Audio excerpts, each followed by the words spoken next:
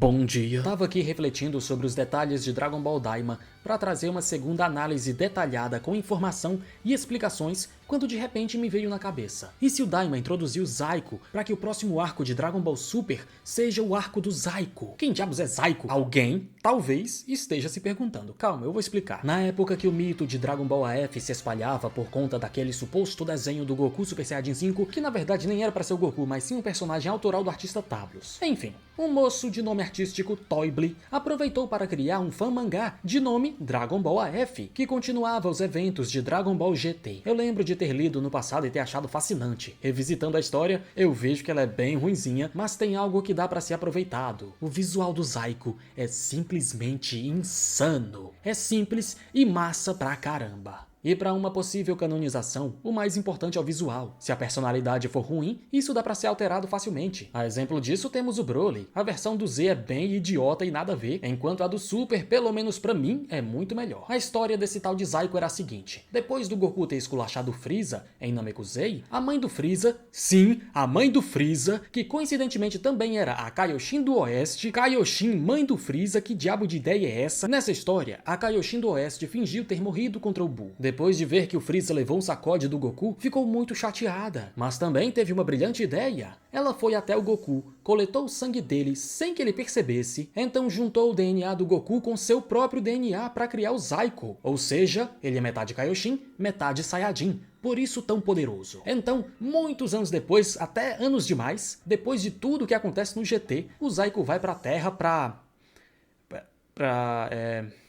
nem ele sabe pra quê. A mãe dele faz uma lavagem cerebral meio que nada a ver, pra ele eliminar o pessoal da Terra sem motivo nenhum. Aí o Zaiko chega lá falando: eu sou filho do Goku, vou quebrar você, outro filho do Goku, pra honrar nosso pai. Oxi, como é que tu vai honrar o homem quebrando o filho dele? Mas não é só tu não, eu vou destruir esse planeta todo, plantar a discórdia, chafurdar mesmo, eu sou imparável, receba. Mas nosso pai era mó gente boa. Gente boa? Gente boa. Como assim gente boa? Sim, gente boa. Esse é o Goku, o cara mais de boa e mais gente boa do mundo.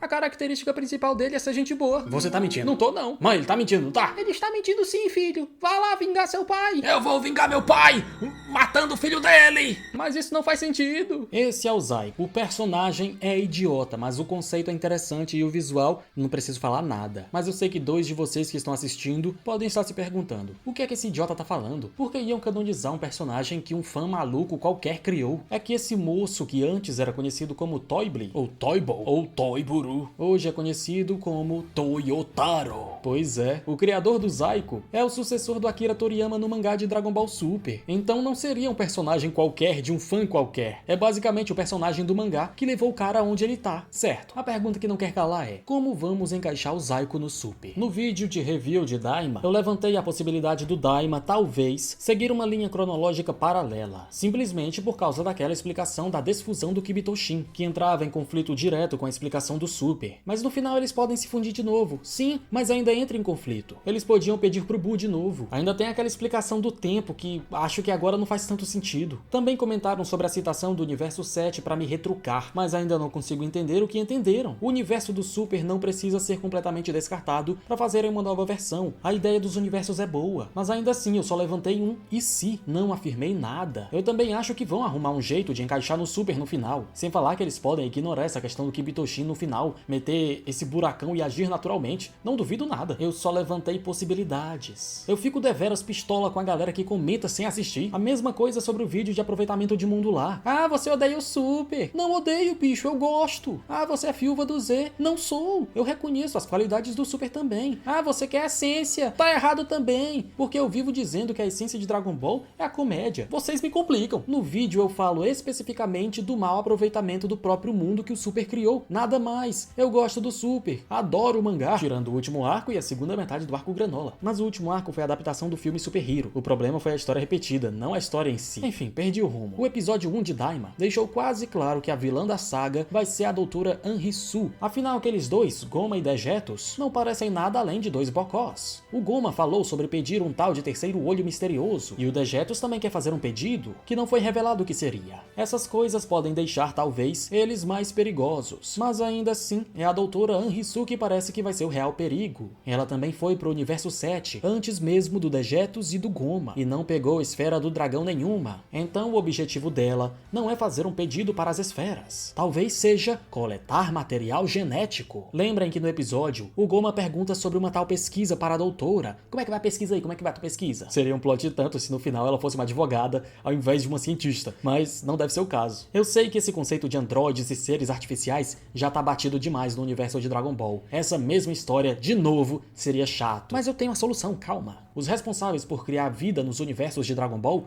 são os Kaioshins. Por isso são os deuses da criação.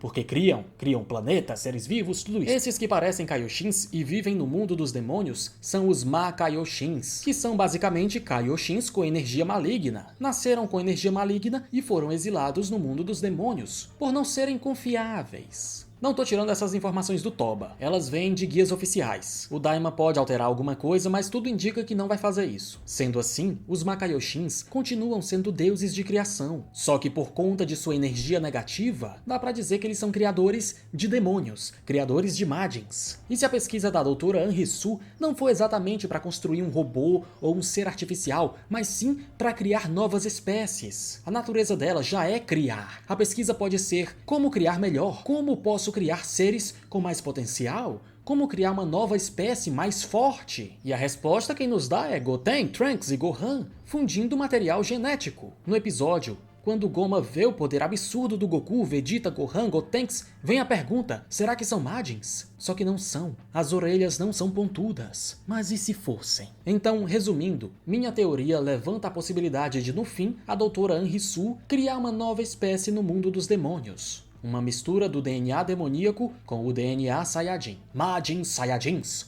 ou Daimajins. Nossa, que nome horrível. Mayajins.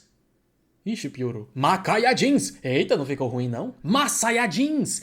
Esse ficou bom. Mas Majin Saiyajins é simples e funciona bem. Eu acho bom. Eu sei que a canonização do Zaiko em si tem uma possibilidade pequena demais de acontecer. Mas a ideia dos Saiyajins demônios... essa tem um potencial absurdo de grande e genuinamente eu acredito nela. É uma solução perfeita para uma nova história de Dragon Ball Super. E como o Daima é antes do Super, dá pra dizer que eles ficaram esse tempo todo crescendo. E agora, no final do Super, eles cresceram e vão fazer uma baguncinha. Só pra deixar claro, nessa minha ideia, o Zaiko teria quase o mesmo visual, com a única diferença na orelha. Tem que vir pontuda. Saiyajin com orelha pontuda. Ao invés dele ser metade Kaioshin, ele seria metade Ma-Kaioshin, que é praticamente a mesma coisa, só que a energia é capirotesca.